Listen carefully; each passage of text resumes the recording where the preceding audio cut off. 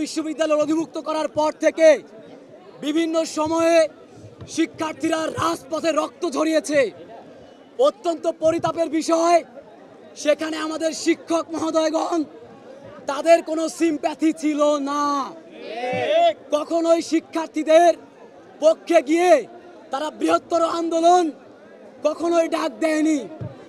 কিন্তু যখনই শিক্ষার্থীরা উচ্চশিক্ষার প্রশ্নে রাজপথে গিয়ে সরকারকে যৌক্তিকতা বুঝিয়ে একটি চূড়ান্ত সমাধানের পথে হাঁটছে, ঠিক সেই মুহূর্তে আমাদের পরম শ্রদ্ধায় শিক্ষক মহোদয়গণ বিভিন্ন ধরনের অনৈতিক উস্কানি দিয়ে শিক্ষার্থীদের মধ্যে বিভিন্ন ধরনের বিভেদ সৃষ্টি করার চেষ্টা করছে। আপনারা জানেন উচ্চশিক্ষা একটি আপেক্ষিক বিষয়, এখানে জ্ঞানের উৎপত্তি এবং বিকাশ শব্দটি সম্পৃক্ত থাকে। অত্যন্ত পরিতাপের বিষয়, বৃহত্তর শিক্ষা ক্যাডারের বিরুদ্ধে আমাদের কোনো অভিযোগ ছিল না এবং এখনো পর্যন্ত নেই। কিন্তু আমাদের যারা শিক্ষক মহোদয়গণ আছেন তারা বছরের পর বছর শিক্ষা মন্ত্রণালয় ম্যানেজ করে, রাজনৈতিক ব্যক্তিবর্গ ম্যানেজ করে সরকারি 7 কলেজে তারা থেকে যাচ্ছেন এবং থেকে যাওয়ার নিয়েও আমাদের কোনো আক্ষেপ নেই।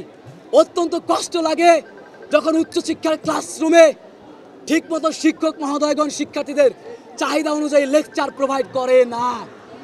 যখন শিক্ষক মহোদয়গণ শিক্ষার্থীদের মন মতো করে কোনো প্রকার শিক্ষা অ্যানালাইসিস না করে ক্লাসরুমে আসে, তখন শিক্ষার্থীরা যদি তার বিরুদ্ধে কথা বলে তখন তাদেরকে বিভিন্ন ধরনের নেতিবাচক মন্তব্য করা হয়। কাজেই আমরা শিক্ষক শব্দের বিরুদ্ধে এখনো পর্যন্ত আপনারা দেখেছেন কখনোই দাঁড়াইনি। এই শব্দের বিরুদ্ধে কখনো দাঁড়ানো পসিবল না, সম্ভব না, তাহলে আমাদের অস্তিত্ব বিলীন হয়।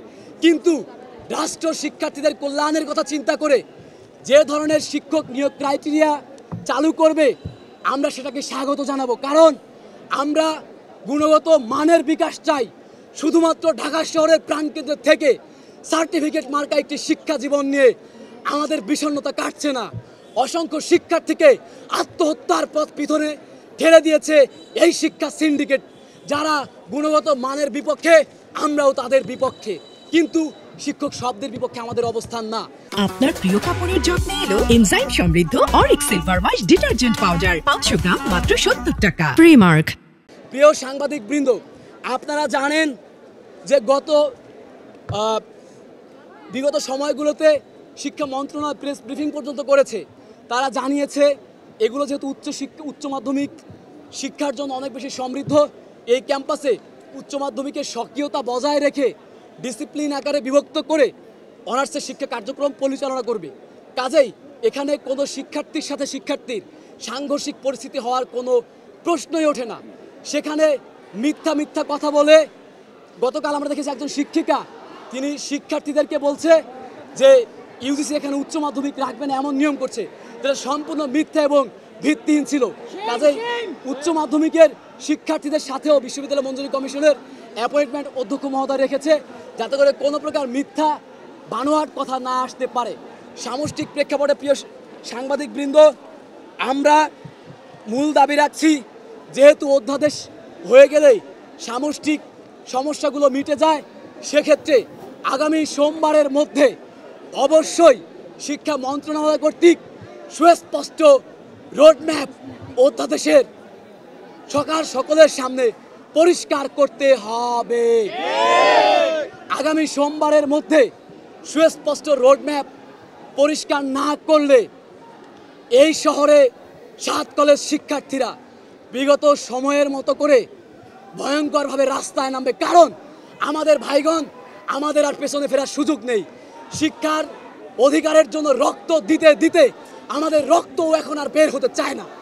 বাবা মায়েরা অনেক বেশি টেনশনে থাকে আমাদের নিয়ে। কাজেই চূড়ান্ত সমাধান অধ্যাদেশ এবং অধ্যাদেশের মাধ্যমেই সব কিছু পরিষ্কার করতে হবে। আপনারা জানেন আজকে বিভিন্ন বিভাগের শিক্ষার্থীরা শ্রদ্ধার সাথে, বিনয়ের সাথে তারা ক্লাস পরীক্ষা বর্জন করেছে, কারণ যে শিক্ষক মহোদয়গণ গত 8 বছরে শিক্ষার্থীদের প্রশ্নে একদিন সামষ্টিকভাবে রাস্তায় নামেনি, তারাই শুধুমাত্র স্বার্থান্বেষী মহলের মতো করে গতকাল রাজপথে গিয়ে তারা দাঁড়িয়েছিল, ইউজিসিতে গিয়ে তারা ডিস্টার্ব করেছে শিক্ষার্থীদের বিপক্ষে গিয়ে।